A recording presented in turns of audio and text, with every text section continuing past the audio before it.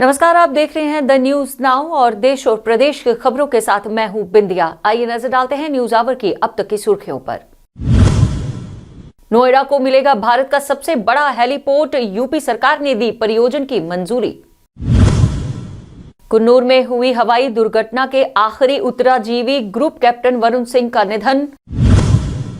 और जम्मू कश्मीर के कांग्रेस कार्यकर्ताओं के इस्तीफे को आलाकमान द्वारा मंजूरी। और अब समाचार विस्तार से। उत्तर प्रदेश ने आगामी नोएडा हेलीपोर्ट के निर्माण के लिए मंजूरी दे दी है, जिसे देश का सबसे बड़ा हेलीकॉप्टर बंदरगाह कहा जाएगा।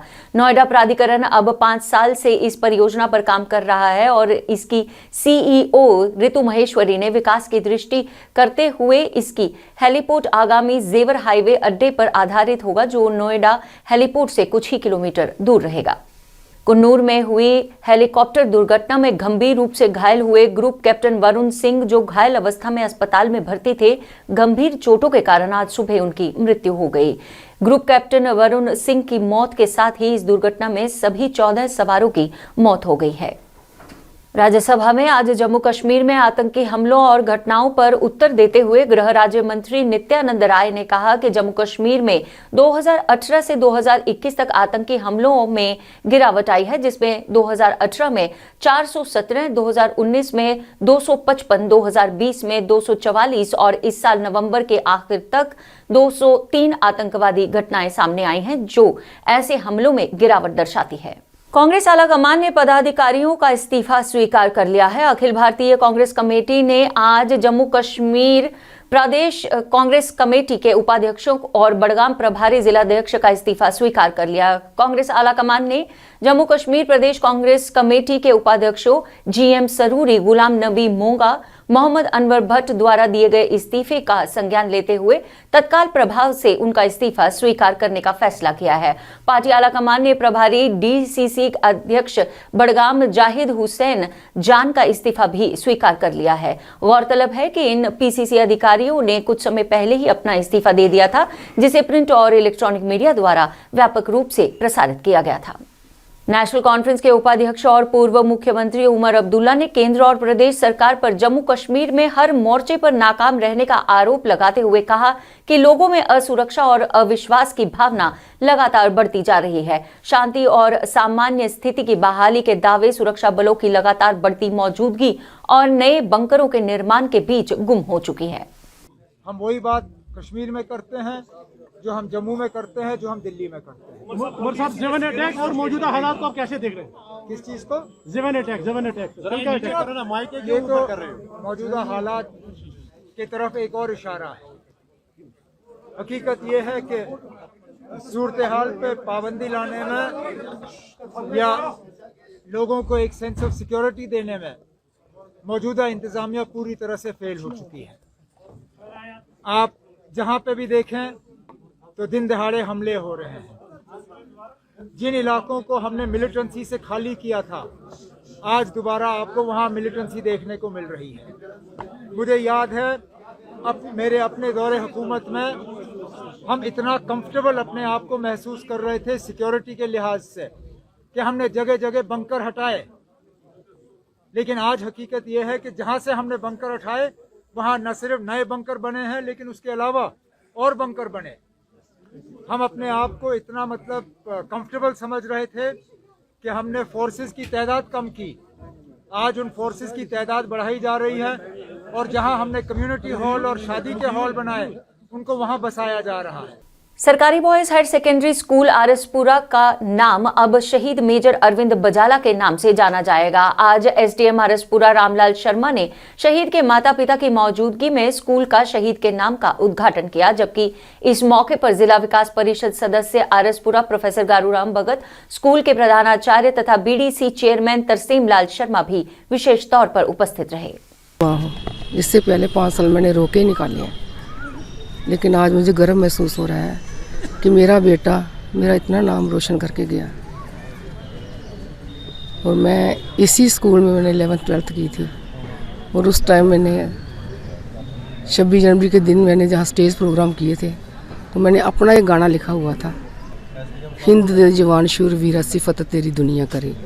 ਵੇਖ ਕੇ ਕਰਾਰੇ ਹੱਥ ਤੇਰੇ ਤੇ ਵੈਰੀ ਨਸੇ ਪਰੇ ਦੇ ਪਰੇ, ਲੇਕਿਨ ਅੱਜ ਉਹ ਗਾਣਾ ਮੇਰੇ ਬੇਟੇ ਪਰ ਲਾਗੂ ਹੋ ਰਿਹਾ ਹੈ। ਉਸ ਟਾਈਮ ਮੈਨੂੰ ਪ੍ਰਾਈਜ਼ ਮਿਲਿਆ ਸੀ, ਲੇਕਿਨ ਅੱਜ ਮੈਨੂੰ ਅੰਦਰ ਤੋਂ ਦੁੱਖ ਵੀ ਬਹੁਤ ਹੈ, लेकिन मैं बड़ा प्राउड फील कर रही हूँ कि ऐसा बेटा सबकी दी।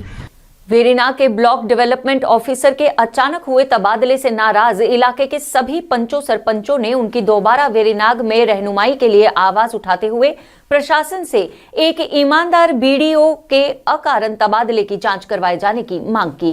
उपायुक्त जिला प्रशासन के कार्यालय पर धरने पर बैठे इन पंचों ने एक ज्ञापन सौंपते हुए कहा कि बीडीओ ने बिना रिश्वत लिए विकास कार्यों का स्वयं जायजा लेते हुए सब कार्य संपन्न किए हैं, इसीलिए लोग इस ईमानदार बीडीओ को वापस चाहते हैं।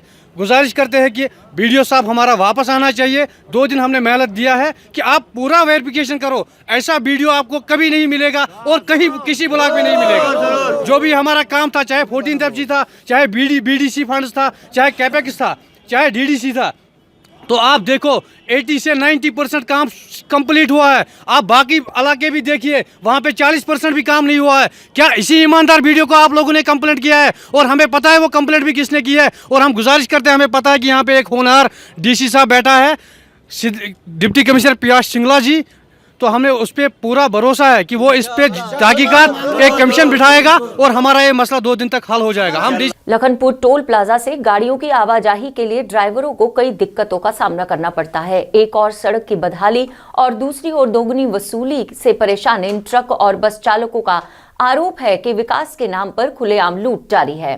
इन चालकों का कहना है कि प्रदेश में आते ही कटती है कमेटी की पर्ची, लेकिन बदहाल सड़कों की मरम्मत के बारे में कोई नहीं सोचता। है वो डे बाय डे इंक्रीज हो रहा है बिना किसी नोटिफिकेशन के, तो लोगों को बताए हुए। ठंडी हुई देखते हैं कि JK 21 जो जितनी भी गाड़ियां हैं उसको फ्री उन्होंने किया हुआ है, मगर हम देखते हैं कठुआ में कि इन्होंने जो JK 08 की गाड़ी है उसको आज तक फ्री नहीं किया। तो मैं समझता हूं कि ये विकास के ये सिर्फ खोखले दावे हैं, विकास के नाम पे ये सिर्फ अपने घर भर रहे हैं। केंद्र सरकार से भी ये अपील करता हूं कि अगर यहाँ पे पहले तो टोल प्लाजा होने नहीं चाहिए, अगर टोल प्लाजा लगाए हैं तो हमें रोड भी उसी तर्ज पे मिलने चाहिए जैसे रोड जो उनके नाम्स होते। कांग्रेस पार्टी के वरिष्ठ नेता स्वर्गीय दर्शन लाल रैना को आज उनकी 5वीं पुण्यतिथि पर श्रद्धांजलि दी गई। प्रदेश कांग्रेस सचिव एवं उनके सुपुत्र अंकुश रैना की अध्यक्षता में आयोजित इस श्रद्धांजलि समारोह के दौरान क्षेत्र के काफी संख्या में लोगों ने पहुंचकर कांग्रेस नेता दर्शन लाल रैना के चित्र पर माल्यार्पण करते हुए उन्हें सच्ची श्रद्धांजलि भेंट की।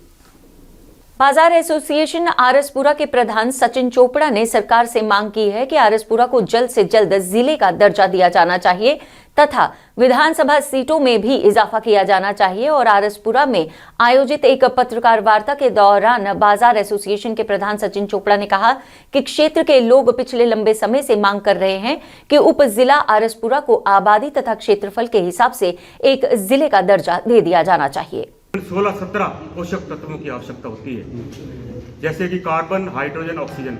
इसे तो यह हवा और पानी से मिल जाता है, और इसके बाद nitrogen, phosphorus, potash, calcium, magnesium, गंधक, इनकी पूर्ति जो है वो खादों से करनी पड़ती है। इन सब में जो है नाइट्रोजन एक बहुत ही महत्वपूर्ण पोषक तत्व है जो कि पौधे को चाहिए। तो उसके लिए जो पौधा है, पौधे को हमें यूरिया, आप जानते हैं कि दानेदार जो यूरिया, ग्रेनुलर यूरिया जो आजकल यूज किया जा रहा है, और उसके जो वो है दानेदार, जो हम इसको जब निकाला है वो है नैनो यूरिया, वो एक लिक्विड फॉर्म में हमने निकाला है। तो उसके बारे में, नैनो यूरिया के बारे में हमारे जो दिल्ली से यहाँ पे स्पेशल हमारे MKCO से श्री सुरेंद्र सिंह जी दलाल, डिप्टी जनरल मैनेजर मार्केटिंग, हमारे दरमियान यहाँ पे आए हैं। इसके साथ ही समाचारों का ये अंक यहीं समाप्त करने की हमें दीजिए अनुमति, और आप देखते रहिए द न्यूज नाउ वेब और पढ़ते रहिए द न्यूज नाउ का दैनिक अखबार व ई प्रिंट पेपर। जय हिंद।